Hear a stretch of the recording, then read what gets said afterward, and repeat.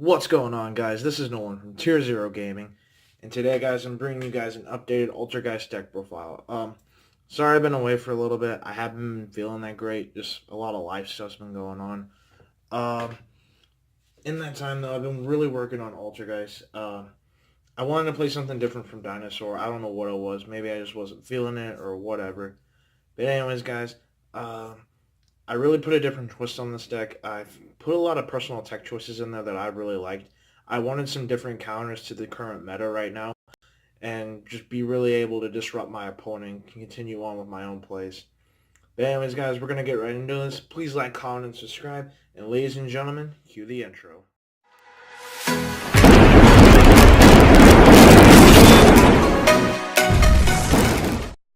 Alright, so let's jump right into it. So starting off with the monsters, we're gonna start off with the level 1 triple Meloseek. She is spot removal and your main searcher of the deck. Really good. So I'm just gonna say right here, right now, not a lot of you guys are gonna agree with my card choices, and that's fine. Let me know down in the comments below what you guys think. But no, every Altergeist build plays 3 Meloseek, and it's gonna be no different here. So speaking of a card choice not a lot of people are going to like, I'm playing triple Silicoris. So, and hear me out, this is not a terrible normal summon. Normally in this new build, if I open up Silicoris, Multifaker, and a trap card, I essentially just win. Whether I open up Impermanence, Solemn Strike, Anti-Spell Fragrance, whatever. I'm typically going to win the game because I'm going to be able to spam the board, and then now I have a target for Silicoides to disrupt. So typically if I can open up like that, I can set up Hexy on my next play, then go into a Marionetter, obviously getting a Meloseek off the Multifaker summon, and then just be able to go. I personally like 3. I didn't think I would at first, but after I've been testing it, I really do like it. Next on an indefinite 3 of Multifaker. Best monster in the deck by far. There's not a lot of discussion there for Multifaker. Activate a trap, get this out of your hand, and then another Altergeist from the deck when it's special summoned. Typically, you're going to bring out a Silk or a Meloseek, just depending on what it is. Next, triple Marionetter. Another indefinite 3 of. Marionetter is really good for the fact that it gets a trap card out of the deck. And then if you have a Multifaker in hand, you can continue with your plays on your opponent's turn. Being able to target itself or another Altergeist card on your board, and being able to bring one back from the graveyard. I always find myself recycling Silicoides and Meloseek with Marionetter a lot, and being able to continue on my own plays. And sending a Hextia away with Marionetter's effect to get another card from the deck, I find it very useful. And then for the last monster in the main board is Kinkari. It's Battle Fader and Effect Veiler. I've said this multiple times. It's a really good hand trap for the deck. So, and speaking of hand traps, I'm not maining any hand traps. Reason being, the regional that I last played Altergeist at, I found Ash, Droll, and Cherries just clogging my hands, and I didn't want that.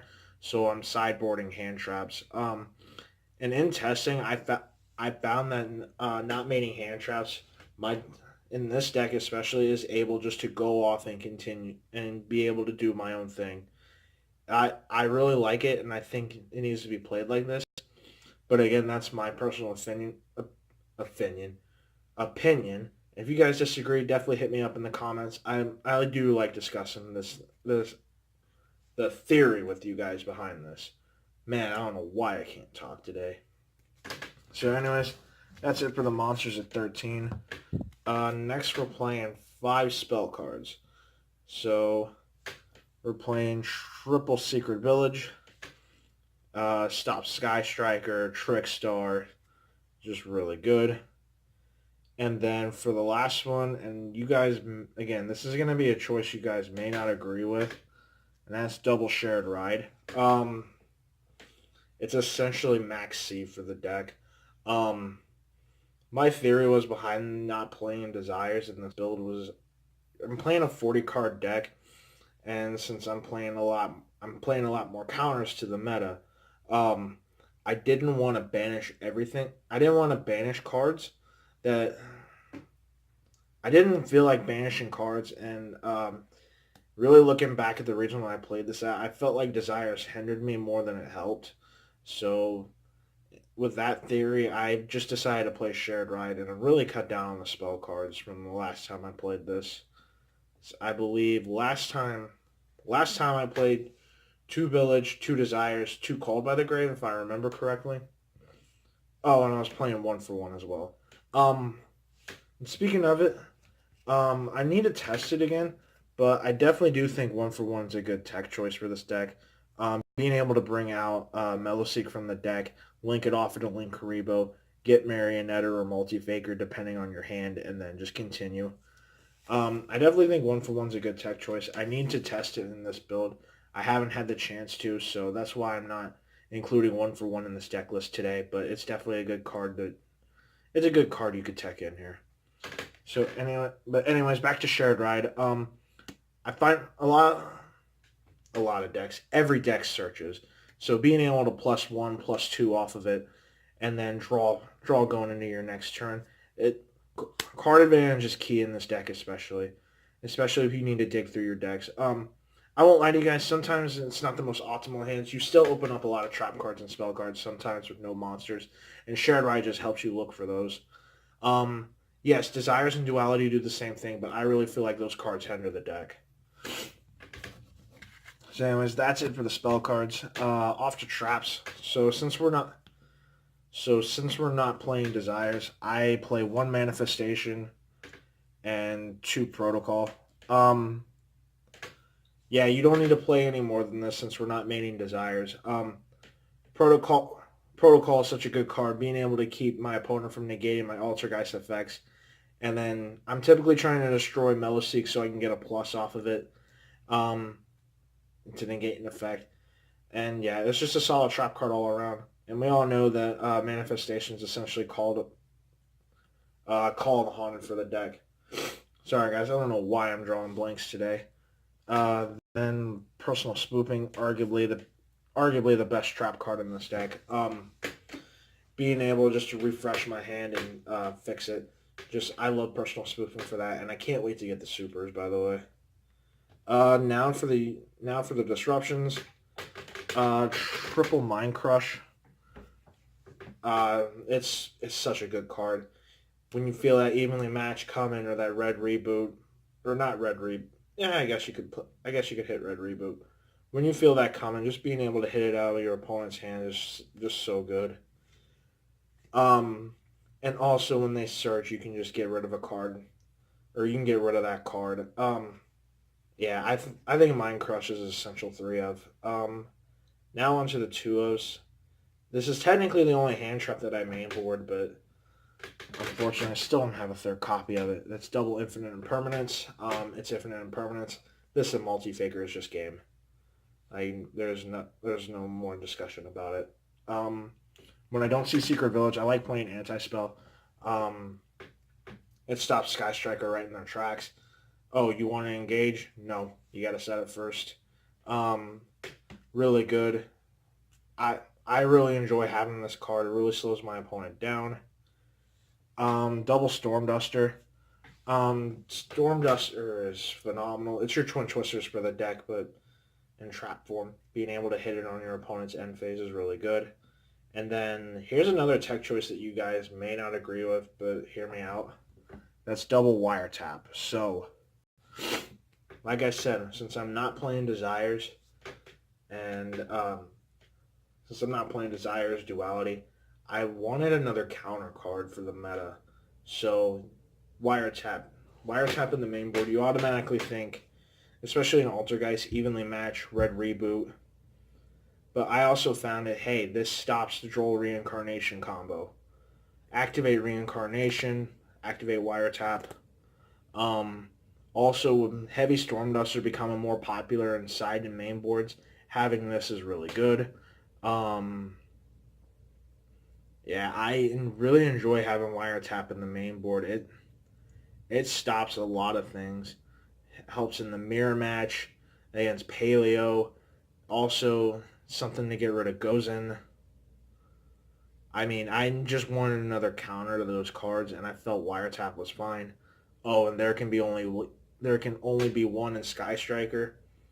I just felt that this was phenomenal for that, especially since there can only be one Sky Striker, and again with Heavy Storm Duster becoming more popular, I felt what mainboarding Wiretap was good, and like I just said, I want this also stops Stroll Reincarnation. Then Solemn Strike, then the Solemn package, Solemn Strike, and then the One Judgment. So I found that I absolutely hate Solemn Warning. I think it's too slow. And also, I hate Metaverse. I don't think Metaverse is a very good card. Yeah, it tuners out Secret Village, don't get me wrong. But I'd rather see the Secret Village than worry about trying to get it out with Metaverse. Yes, Metaverse triggers Multi-Faker, don't get me wrong. But I think Metaverse and Warning are just terrible. And for the 40th card, Imperial Order, this is your win button against Sky Striker and really any other deck, because every deck plays spell cards. This shuts them down. And that's it for the main board at 40. Um, so, so now going to the extra deck. Altergeist is one of those decks that can definitely play cherries. I'm choosing not to play cherries. Just for the simple fact, I think there's better things that I could play and try to use my extra deck to its fullest potential. Now, I know that in Altergeist, you're mostly going into Link, Karibo, and Hexia, but still, I felt like there was just better cards to play besides Cherry's targets. So we have the one Link Karibo. Again, you're usually going to send this off Meloseek. You're going to make this with Meloseek to get your search. Clara, because I'm citing Rivalry. Wee Witch to out Inspector Border. Akashic. This is essentially Compulse. And then get another card to play under Rivalry. Triple Hextia. Again, this and Link Karibo is really all you make. Everything else is just here. Prime Banshee for Graveyard Recursion. And I like its arrows. The Nightmares, Phoenix, Cerberus, Unicorn for spot removal. Ningirsu for spot removal. Trisbana for the mirror match, Paleo, Draco, Sky Striker evenly. Being able to burn your opponent and then it's a big booty. I felt like it was worth the extra deck slot. And then the Boral Brothers, Boraload, and Boral Sword. Pretty standard extra deck, but still, I felt like all these cards were essential to play. Yes, Altergeist is definitely the best deck to main cherries or even play cherries in your side deck. I felt like it wasn't as prevalent, but again, that's just my opinion. Now onto the sideboard. Again, you guys are not going to agree with a lot of it, but still.